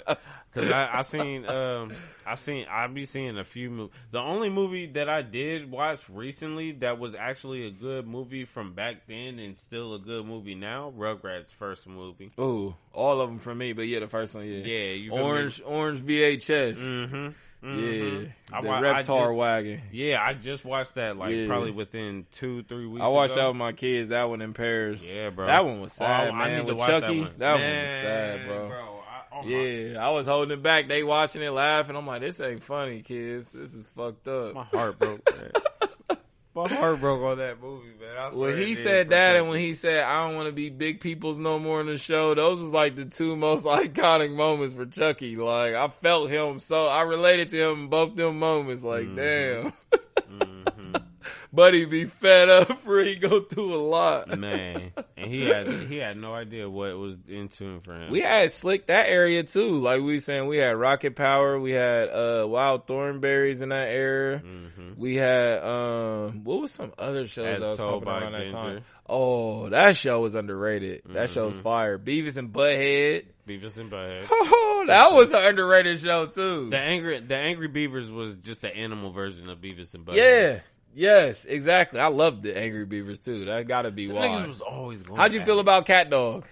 Cat Dog was. I mean, I watched it. It is what it is. Type. Yeah, it wasn't bad, but it wasn't great. Yeah, you feel me? Like, I never really had no problems with it, but it wasn't like something that I was always interested. Like, oh, I have to watch. Yeah, you feel me? Like, nah, it's you just wouldn't there. have cared if you missed it or not. Yeah, it's just that. Exactly. Yeah. It's just my there. hitter. I would say that I had to see was Codename Kid Next Door. Like, I had to make sure I made it home on time to watch that show. That shit was lit. Fire. Like, bro. when it first came out, like, fire. I didn't understand it when it first came out, but then I started watching it and I was like, oh yeah, fire. I fuck with this. Did you like Our Real Monsters? Yep. That was a different kind of. That's when I started knowing I was a different kind of kid because I was liking shit like that. People like, you watch shit like that? I'm like, and I like it too. The fuck? And I like it. We had Ninja problem. Turtles. I watched that. Yeah, Johnny Bravo. Watched that. Captain Planet. Mm-hmm. You said Ed and Eddie. Oh, Ren and Stimpy. Shout out to Ren and Stimpy. Captain Planet was a different man. What? Yeah. That's the Infinity Stones before the Infinity Stones. It was literally. He ain't get his recognition on that. Wow. But that literally was what that was for real. Man, shout out to Captain Oh, Planet. let me tell you one of my sleepers, Invader Zim. See, and I was thinking about that one was too. one of my sleepers. That was a good show. Hey, he was his mouthpiece was just wrecked. Buddy was wild. He was Tory Lanez, bro. That's the first Tory Lanez. No lie. It all makes sense now. Another one I had to catch 2 weekends, Recess. Recess is a national treasure. Y'all better cherish that show. That show is fire. That was ahead of its time. Gargoyles. Gargoyles was another good one. That was fire. Fire. Dexter's Lab, one of my favorites. Mm-hmm. That was so good. SpongeBob, that's a classic. Mm-hmm. I didn't know SpongeBob was that old, that show. Man, I was shocked that it was 99. Oh, yeah. Came out in 99. I didn't even realize it. I haven't been watching it that whole time. Yeah, bro. It's been out for a little minute. Mm-hmm. Dexter's Laboratory, man. I remember it was this one episode. It was Dexter versus Mandark, man. They both, like, created these giant robots. Yeah. I was like, that's when I knew. I was like, nah, this shit cold. This is my shit. It's a cold-ass show. Yeah. Had your sister in there. Yeah, that show was... She always popping up, just being annoying. He's like, get out of here. Like, why are you here? and then my thing is just like, how in the hell is this little boy able to hide a whole laboratory in your guys' house and you don't know underneath it down there? Yeah. Like, get the fuck out of here. Like, I just know your parents was not that. Nah, bro. Nah. But you know what? Hey, but that led to one of my favorite shows too, Phineas and Ferb, man. Okay, yeah, Phoenix. I didn't like the Phoenix same and concept. Ferb. I didn't like Phoenix and Ferb until I played their video game. Okay. Their movies are all fire. That show is fire. I love Phineas and Ferb. I be knowing the songs. I be into it with my kids. Yeah, they make sense. I that like Bubble Guppies, I be into that with them. I'm like, oh, this is quality TV. Mm-hmm. We had the Magic School Bus. We had some hitters, bro. This was all our childhood, young people. Yeah, if y'all don't get this by now, man, this was our childhood. Ooh, this is greatness, man. We just giving y'all a rundown, man. This was the whole 90s. Yeah, Looney Tunes, Smurfs, Flintstones. Avatar was I had to go watch Avatar Last Airbender. Let me put a correction on that. Avatar Last Airbender. I had to watch that front to back. I mean, Korra Saga now, but the first one was just legendary, bruh. Yeah. They gave us so much. Nah, Avatar was good. Avatar Airbender was definitely a beast. Ooh, we had Alvin and the Chipmunks. Did you like the Fairly Odd Parents? I did. I'm not even gonna lie to you. That was a fire show. I did. That's a honestly fire did. show. Dinkelberg. Because he literally could get whatever the fuck he wanted. Like he could just in the episode. Each episode is like, how could this go wrong? Like we gonna show you. We gonna show you how this could go wrong. That shit was lit. Crimson Chin was one of the funniest people on there. Yeah. I fuck with that shit. Chip Skylark. Yeah, they had so many memorable characters. Man, Vicky. Everybody's memorable kind of in their own right. The dad's my favorite, bro. He's hilarious. Man, the dad, oh my god, he's hilarious. Something was wrong with the dad. Period. Like everything was just wrong with the dad. I hate that there's always a dumb dad, but he was definitely that dumbass dad. Yeah, I don't know why always it had to be messing everything him. up, but we keep him around. Don't know why it had to be him, but it just gotta be you, fam. Like you are the dumbass dad, bro. You just gotta be. Play him. it so well, man. Oh my god, that was a great rundown. That was a great rundown. Y'all caught that right, man. I'm pretty sure somebody gonna turn on something like, nah, I gotta watch this now. Yeah, you damn right. Have to. You missing out, man, on greatness. And we missed out on a lot. We left a lot off that list. Yeah, right, man. That list gets longer and longer and longer, dog. That's wild. Real quick, another thing, if you guys weren't aware of, I guess there was also some little beef that be going on and shit, you know, internet beef, man. Hopefully niggas can stop the internet beef, you know. put the guns down. If you guys are gonna fight, just fight. If you're not, then leave that internet shit alone. Especially if you guys' names are big now in the industry and whatnot. Kodak Black and Pooh Shiesty. That shit, I caught on to it. I think it was last week or whatever. I caught on to that shit, and I'm just like, man, Pooh Shiesty gonna win. But other than that, like, I just don't think like niggas really need to be getting into it for real. Like, yeah, nah. Like, now is not a time. Like, bro just got out of jail. You feel me? Like, your name is getting bigger, like, by the day. Like, your streams and numbers are rising by the day right now. That's gonna keep happening. You feel me? Exactly. So right now, I just think, like, man, niggas just gotta chalk it up. Like, whatever Kodak Black was talking, just let him talk. Yeah. But I get how that's hard too when you got an image to, you know what I mean? Like, yeah, you got to like perpetuate, and that's why I think we shouldn't be perpetuating images, because like then you got to be that, and it's kind of what's going on with Meek Mill right now. Why people falling out of love with him? He probably need to slap somebody or something, because people ain't starting to believe them raps. But yeah, man, and Meek, man, that's. Somebody help him. Somebody take his phone. Do something. Oh my god, yo! He's so emotional. He got one. Meek, you got to stay off Clubhouse. That's for one. I ain't heard about the Clubhouse stuff. He on there wilding out. Man, Meek was definitely on there wilding out. I don't know what he was doing, but that nigga was wilding. That nigga was definitely on there wilding, man. Mm-hmm. Him, The Game. Who else be on there wilding? It'd be a few people on there. I had to get off when the celebrities took over. Bro. It was fun before they came, and now it's like everything else is just y'all be the tops, and we gotta listen to y'all. Don't nobody want to listen to y'all. Have y'all be ignorant and low key. Nah, I just had to get off there. Period, man. It's just people ain't really how. I truly, honestly don't believe people be living the life that they be living. Mm-mm. Nope. They trying to convince you that's their life. Mm-hmm. And it's just like, bro, I'm just a regular person, just like you are. You feel me? Mm-hmm. Like, I ain't nobody that you need to please. I ain't nobody that you need to impress or nothing. Nothing. You feel me? Like, I don't care what you do outside of this app, bro. Yeah. But when it starts becoming too much for me, it's like, nah, all right, I'm out. And then a lot of people be moving funny on that app as well, and it's just like, y'all gonna act like this, man. Act like this towards people y'all know. Don't act like that towards people y'all don't know. That's actually trying to get to know other people, because you don't know for real. People before this app might not have been as open to talk or open to hear other people's problems and shit. You feel me? So it's like you treating people a certain way, and they already wasn't open up to even be on the app in the first place, but here they are. Mm-hmm. So. People just ain't considering it, and I ain't got the time. That's true, and I feel like they don't respect each other's boundaries, and that's a lot of people's problem. What we say earlier, boundaries need to be established. Mm-hmm. And then that's what creates the friendship or y'all's dynamic, is y'all both establishing those boundaries and respecting each other's boundaries. Yes, because, yes. That's very true. Because I know a lot of people, you feel me, you can tell somebody what it is that you want and whatnot. Mm-hmm. Like, they hear you, they heard you, but they not really taking it in.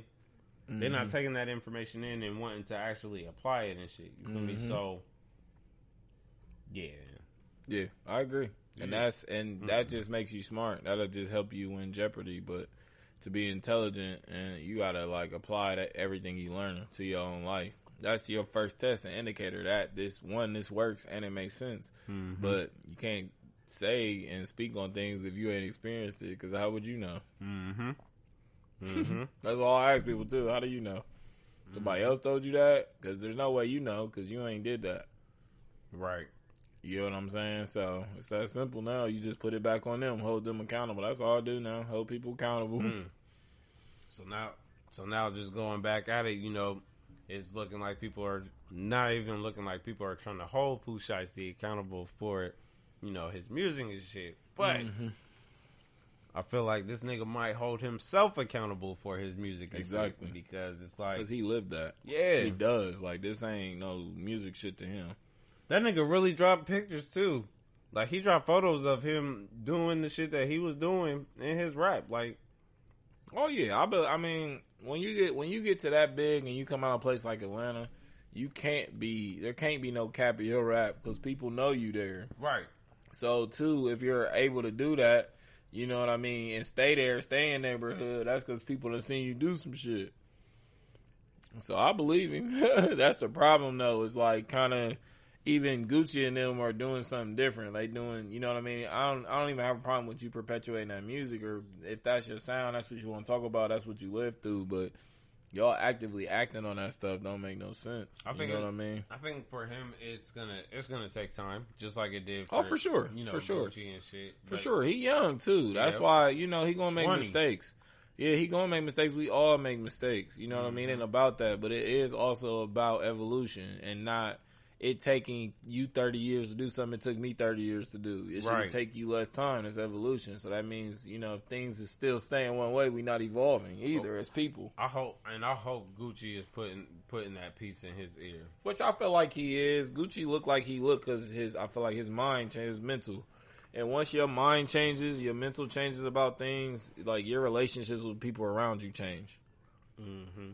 They look at you differently. They listen to you differently. They take heed to what you're saying now. You know what I mean? It's a whole different dynamic. So he's going to get a whole different experience just by being around Gucci and watching him in his life. Because he's doing everything that you want to do. Mm-hmm. Very true. Very true. Mm-hmm. So I'm just hoping, you know, like everything works out between the two of you guys. Maybe hopefully we'll hear a track. Maybe we don't, which is cool too, you know. Mm-hmm. But if it does come down to it, my vote is on Pooh Shiesty, and I believe everything this nigga said in his song 50 Shots. I believe everything. I gotta listen to it. I ain't heard it. Oh man, to me, I've been rocking with him lately. Yeah, to me, his album is fire. His album is fire. I've heard good things about it. I'm gonna have to sit and really listen to all of it. I feel like, you know how Lil Baby came in 2020 with My Turn, and how this shit just started moving from. I feel like that's what's happening with him right now. I agree. Feel like Back in Blood was fire. Twerk Song was fire. Then everybody saying his album was good. I agree. I don't think he's a one hit wonder or summertime baby. I think he can kind of take 1017 to like the future, to their new like label. You know what I mean? Their new artists that they're gonna have. The artists that they have right now in the back end too. Like, cause I be paying attention to 1017 now for real. After they dropped their little project and whatnot too. Yeah, bro, they was snapping. I'm calling it. Big Scar is next. Okay, Big Scar. I'm gonna have to tap into him. I ain't heard much. Listen to and this is the song that gets me to believe he's next. Trap House. Trap House? Mm-hmm. I truly believe Big Scar is coming right behind Pooh Shiesty. If it's not Big 30, then it's Big Scar. Yep. I'm going with that. All right. We taking your word for it. I'm gonna put it on my phone right now. I love new music too, so let me know. Yeah, new 1017. Who you rocking with? New 1017 or the old 1017? The old. Waka Gucci. I mean, yeah. 08 Gucci. Waka. 08 Gucci. Yep. That was OJ the Gucci. Juice Man. Mm-hmm. Yeah, they set the stage for this. You know what I mean? Oh, I love Snowfall. Oh, was that Franklin? I gotta get back caught up. I gotta get back caught up. Yeah, that shit, It's about to go down. I can't wait, bro. I be geeked to watch that. That show was so good. Yeah, I'm rewatching it while I'm watching season 4. So I was doing that same shit, bro. It's so much information. Niggas be missing out. Niggas Agreed. Be missing out. Let me see here. Yeah, 132. We got a little bit of time left. All right, so let's go ahead and Good Life Podcast, man. Mm-hmm. So, what inspired you to put the show together? Like, what? Yeah. Okay, so like, what got you motivated to move forward with your podcast? You know, because for me, sometimes like, well, back then, like I used to get discouraged a lot and shit. You know, but then I would talk to a few friends here and there and whatnot, and you know, they would help me get back on track. So, I just gotta ask podcast host to another podcast host. Mm-hmm. What got you to keep pushing yourself and to not quit? I would say the thing that helped me the most was in the beginning. I knew why I was doing this. You know what I mean? So the show is called the GoodLife Podcast, The Kickback. So the kickback portion was like stuff I was already having going on. I'd kick with my homies. We talk about anything under the sun. You know what I mean? And the world has definitely become a pretty sensitive place. So I'm kind of like, okay, like a lot of these conversations aren't being had in public for one reason or another, but I think they connect a lot of people, and a lot of people are going through these same things that we're all at home talking about in private. But if we talked about them openly, we could relate more to each other, not just through trauma and shit. Right. So when I started it, that was the purpose. My purpose is always to help people. That's like, I'm a servicer, you know what I mean? So okay. That's what helps me go, because I know we need to have these conversations, especially because there's always going to be news and media. That's what keeps this stuff strong, because somebody always going to be talking about something and have a new perspective on something, which creates conversation. Right. So the more conversations I have, the more I can help people. So I use that literally as my North Star. Like, okay, like before I can say I'm done with this and I stop, I got to try to have a conversation with every type of person I can. Mm-hmm. And then once I get there, I can stop. And now I'm just 2 years in. Like April 10th, it'll be 2 years. So it's just, it's day by day. You keep going. You know what I mean? And if you need to take a break, sometimes I've taken a break. Like last year, I took a month off and didn't record, didn't post nothing. And then got back on track, went consistent, you know what I mean? Mm-hmm. And then got to the point where I'm like, okay, I'm always going to have content or an episode. It's just levels, and it's a process, you know what I mean? So as you get further in that process, you ain't going to stay the same. You're going to get better. So sometimes that's that patience part, is just waiting till you get to that point. Mm-hmm. It's not if, it's just when. And when isn't always going to be when you want it to be. It won't always be this weekend. It won't always be tomorrow. True. You know what I mean? But it could too. So that's the beauty of patience. You don't know. So wait and see. And I'm that type of person. I'd rather keep doing it and wait and see where it goes versus me not doing this and losing the ability to be able to do this. You know what I mean? So I, like I told you, I'm a picture cinematic person. So I like to look at my old pictures. I listen to my old show episodes. Mm-hmm. That gives me courage and motivation too, because I'm like, okay, this is working. It's changing. Okay. I have conversations like how I have with you, like that they work. They change. Lets me know, like, you know what I mean? Even if it's 10 people that I'm helping, there's a need for this. So fuck it, I'm gonna keep going. All right. Just to help people out on your show real quick. You feel me? If you could give out 3 episodes for people that's tuned in right now to go listen to, what would those episodes be, just for you helping them with using your words? I have, gosh, so many. Let me look through this thing. Y'all because I have some that are good, like with others, and I have some that are really strong with myself. Definitely. You know, share the episodes so that so people can check them out. Yeah, let me go on Anchor. It's a little bit easier. Okay, so I have one that's called High Times 2. So High Times is like a series that I do, a segment, and I started when I was in Vegas. I go to Vegas a lot, so I started when I was in Vegas. And I literally would just get high and rant. It could be about fucking anything. You know what I mean? So they're usually like all over the place. Okay. But it started to help me build structure. I have one I did in December of last year. It's called Black Chef Hands. So I had 3 black local chefs around the city came.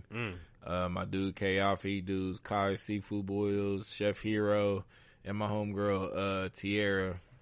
I think hers is Tastefully Made by T. Okay. So, like, I did, another one was December 14th. I did my mental health awareness panel. So that's a really good one to listen to. And that was it was mostly women there, but it was a good space, conversation. I kind of led it and I allowed them to talk too. But it was 100%, like, 100% mental health, literally. Okay. And then another one I would say, the last one is, I have one that's called Hip Hop is Community. And it's kind of teaching people and getting back to the essence of what hip hop was, what it stood for, the village side of it, not so much like the commercial and production side of it, but more of like how they were community. They were helping each other. Like, you was selling CDs out your trunk. You went to somebody, they burned them for you. Somebody made the labels. Like, there was a team. You was already starting a team. And sometimes I think artists get caught up in this me, I did it by myself on my own type attitude. You're neglecting the people that was there for you. Right. Okay. And where can the people reach you at? So I'm on every major podcast platform right now. My most consistent one is Apple Podcasts and Spotify. But yeah, so you can just type in Good Life Podcast, the Kickback, and then you see me everywhere. Okay. And we on Facebook at Good Life Podcast, the Kickback, and Instagram at Good Kickback. Mm-hmm. Yeah, I mean, like I said, you guys definitely know where to go. Listen to those episodes. If you didn't catch the episode, just rewind it. But yeah, I mean, that's top 4 right there. So you feel me? Definitely go check those episodes out, man. Before we go, let's go ahead and just shed some light on life and just living life and being able to function through the process that you got to go through and whatnot. Because a lot of people may not be where they feel they need to be or where they want to be, and even with the Stimmies, I understand people are still waiting on their Stimmies and, you guys are just wanting to get into a better position in life. So, hopefully some words of encouragement can help you, that's all people need, just a little bit of reassurance here and there. Nothing wrong with it. I agree with that. I would say mentally focus on self, like start focusing more on self-love and self-care. I love that all this money is being distributed, to our people, but money don't fix money problems. So like it's your mental, it's your decision making, it's you. And a lot of, like we was talking about earlier, a lot of what goes on day to day is people don't trust themselves. They don't trust the decisions they make. So they either live through distractions or they just don't do anything. They don't make any decisions. But you're not really living. So I would say the best part of living life is living your life. Do the things that you want to do the most and see where that takes you. See how that feels. If you want to live in a new place, like move. What's holding you back? You know what I mean? If it's just excuses, go do it. And a lot of times, I'm a realist. So a lot of times people just perpetuate life like not how it is. And to me, life is hard. I don't tell people life is easier, that it gets easier. It doesn't. Life is hard and it gets harder. Right. But us as people, we get better. We get stronger. We get smarter. We get more allies. We become more trusting. We become more understanding. We learn to listen better. We become more patient. So life stays how life is, but you get better. So now you're looking at it differently. You changing your mental versus you saying, oh, I'm weak and life keep kicking my ass. You like, life ain't nothing. I already been living here doing this. I can probably do it some more and probably do it better than I've been doing. Because now I'm seeing new ways to do it. I'm hearing new ways to do it and I'm experiencing new ways. You know what I mean? But a lot of times those distractions are keeping us from paying attention to the good that's going on in life. And we're not giving ourselves credit for it. So yeah, you feel depleted. You feel like you ain't had a win because you can't see your wins. Facts. You focus on stuff that ain't yours, and that's how you can't see them. But when you focus on self and what you do, just waking up, getting out of bed every day should be a win for you. The fact that you woke up this morning should be a win because everybody didn't have that luxury. So you're more special than you think, you know what I mean? But it depends on what you're thinking about. So I would say clear your mind and think about things that are conducive with a life that you want to live.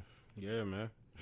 That's real shit, man. And also as well, just to piggyback on with living your life, man. Just basically, do the things that make you happy. Do the things that satisfy your needs and your wants, man. For real.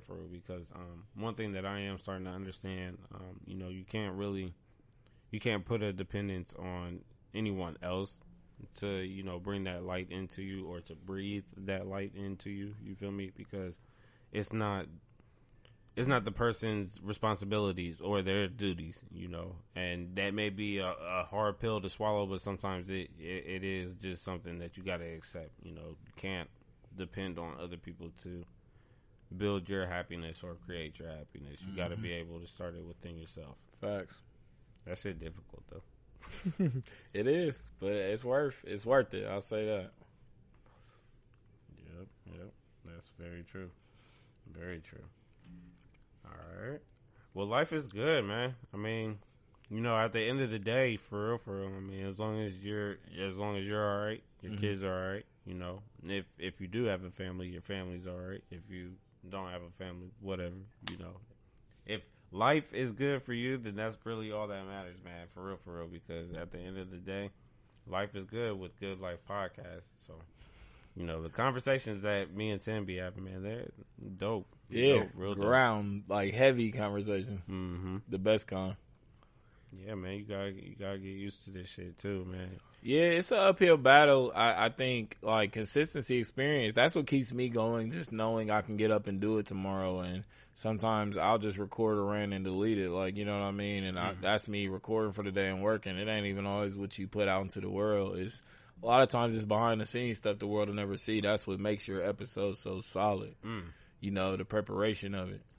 So that's what helped me. I never did that before. I might have to utilize that for like a little mental session or something. Yeah, I have conversations too with other podcasters and people like we're on a podcast, but it's just a conversation how we talk on the phone. Mm-hmm. So that's kind of strengthening me up with that too when I get on air and just being like comfortable transitioning and being able to switch topics and move around all over the place because it's conversations are not easy. Like I don't judge. I mean, I wouldn't say I do judge people. I don't judge people unfairly for not being able to communicate. You know what I mean? I understand it's a complicated process, but I also understand as an adult, if you can't communicate, that means you're not working on it every day. Yeah. Because, like, if you worked on something for 10 years, I mean, you might know how to do it. You know what I'm saying? You should be happy. You might know how to do it. So you probably ain't been working on this like you think you've been working on this. You've been circling the same 20 words you know for the last 20 years. Right.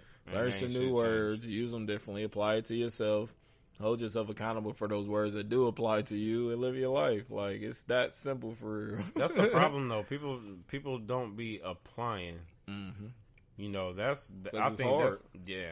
It's hard. No, I don't even think it's hard for some people. For majority, I just think it's all laziness. Hell yeah, that too. But I think laziness is like an excuse for something being too hard.